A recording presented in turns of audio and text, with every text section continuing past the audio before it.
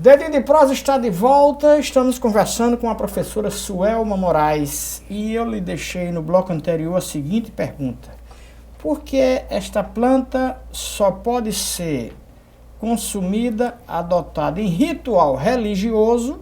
Por que é que ela só faz efeito em ritual religioso? E qual é esse ritual ou quais são esses rituais? Primeiro, assim, não é que ela só faça efeito dentro dos rituais religiosos.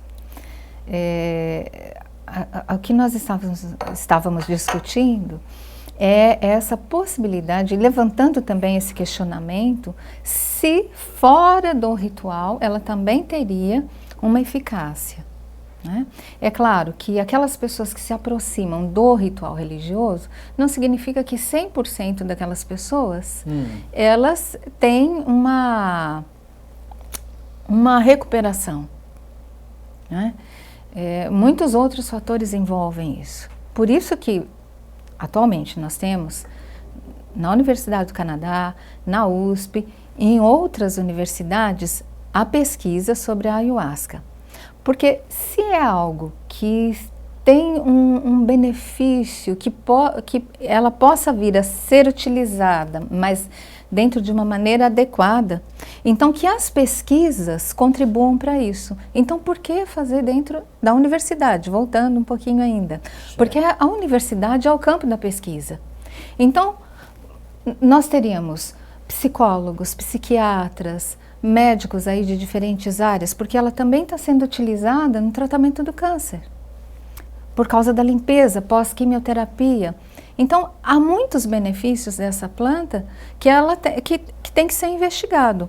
Agora, por que o rito religioso que se convencionou isso? Porque senão ela estaria dentro, num outro âmbito, como a maconha, por exemplo, né? Ela também é uma planta, etc. e tal, mas ela já tem uma outra categoria.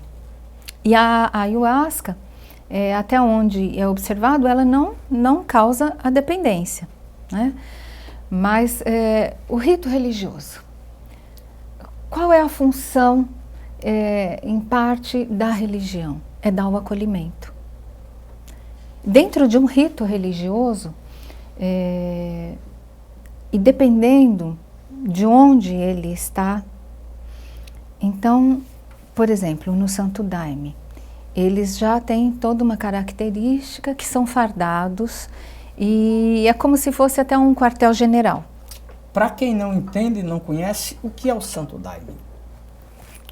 Bom, o Santo Daime dentro das ciências da religião, ela é considerada como uma nova expressão religiosa e ela, digamos assim, é um hibridismo, um sincretismo de diferentes religiões, né? Ela vem com um pouco da tradição cristã, ela vem com um pouquinho do indígena, da religião afro e ela funde todas essas expressões no Santo Daime.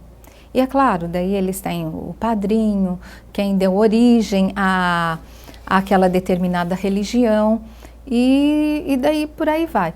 A minha especificidade não é exatamente analisar, digamos assim, detalhes dessas religiões, porque eu venho mais da área da filosofia. Então eu me desloco para o fenômeno ou para a questão da ética nesse processo. Certo. O que eu não entendi ainda é o seguinte: qual é o ritual que ela é adotada? Em que ritual é esse? Qualquer religião serve? Existe uma religião específica? Aqui em João Pessoa, o camarada quer experimentar a ayahuasca. Ele vai para onde, fazer o quê e com quem? Aqui na Paraíba tem a UDV. A UDV? UDV, União do Vegetal. UDV. É o que exatamente? A União do Vegetal, ela também é uma religião, né? Uma expressão de religiosidade. E eles são mais focados, mais voltados, digamos assim, um pouco para meditação. Vamos o sujeito chega lá e faz uso dessa medicina, é dentro de um outro rito que ele fica, digamos assim, quieto, num movimento de interioridade. Né? Não há uma bateção de tambores, não há cantorias. Preces. Né? E preces também bem menos. Algumas chamadas em alguns momentos, né? Que era como se desse fizesse aquele sujeito, como traria uma determinada reflexão sobre algum assunto, né? Mas, em geral, cada um tem o seu rito específico, né? Outros têm os bailados, como o Santo Daime, ele tem o bailado, né? Então as pessoas bailam horas ali à noite.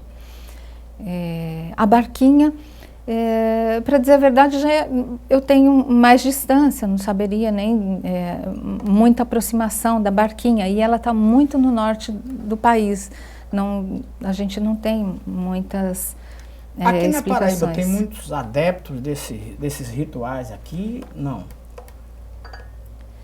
São grupos fechados, qualquer um pode Teria que entrar? se fazer uma estatística sobre isso aqui na Paraíba. Né?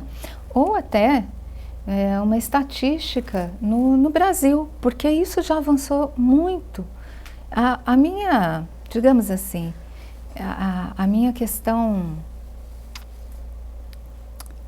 mais ética é exatamente,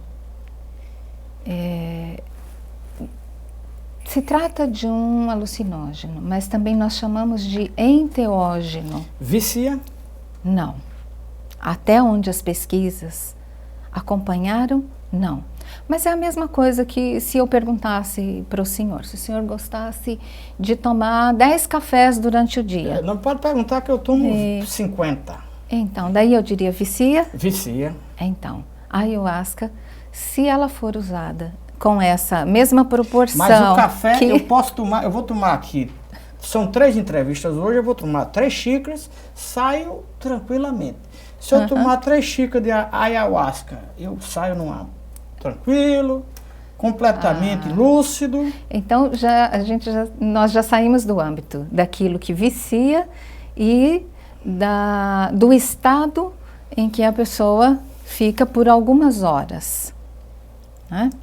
E o que é interessante? Nós fomos até os ritos, cada um tem a sua especificidade do rito, mas eu diria,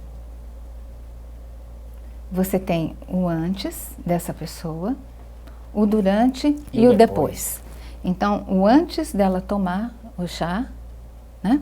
Esse antes, ela vem com toda a sua historicidade, ela vem com suas tradições, ela vem com todas as imagens e o imaginário que circunda a sua mente, a sua memória. Ela vem com a sua cultura. Então, ela vem com N fatores desse antes.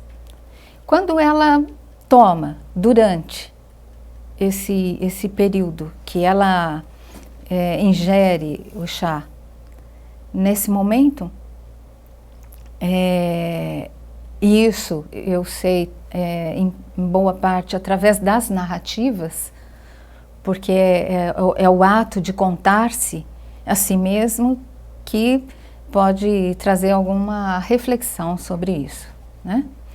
E então, nesse durante é quando a pessoa ela tem, digamos assim, aquele processo de miração que é próprio dos alucinógenos, mas em geral nas narrativas que nos são contadas são processos terapêuticos, como se uma pessoa tivesse ido a um consultório e ficado lá, vamos supor, 5 anos, contando, porque meu pai, minha mãe, parará, parará, parará, e não resolve nada, porque chega no final, daí você mesmo se pergunta, tá, eu sei de tudo isso, eu faço o que com isso? né?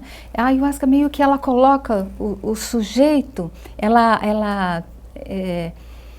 há uma abertura de consciência, uma expansão dessa consciência, por isso ela precisa ser melhor pesquisada, todos esses processos, e que esse sujeito ele é lançado no confronto com ele mesmo, com toda a sua história. O que é que o levou, então, a estar dentro desse processo, digamos assim, que ele, até um momento, ele procurou uma fuga de si mesmo. Certo. E com a ayahuasca, ele é confrontado, não é mais a fuga. Agora, quem sou eu? O que é que acontece? Exatamente. Aí eu quero lhe perguntar o seguinte, a senhora já tomou o chá da ayahuasca, o que sentiu e qual foi o resultado desse confronto? A senhora vai responder daqui a pouco.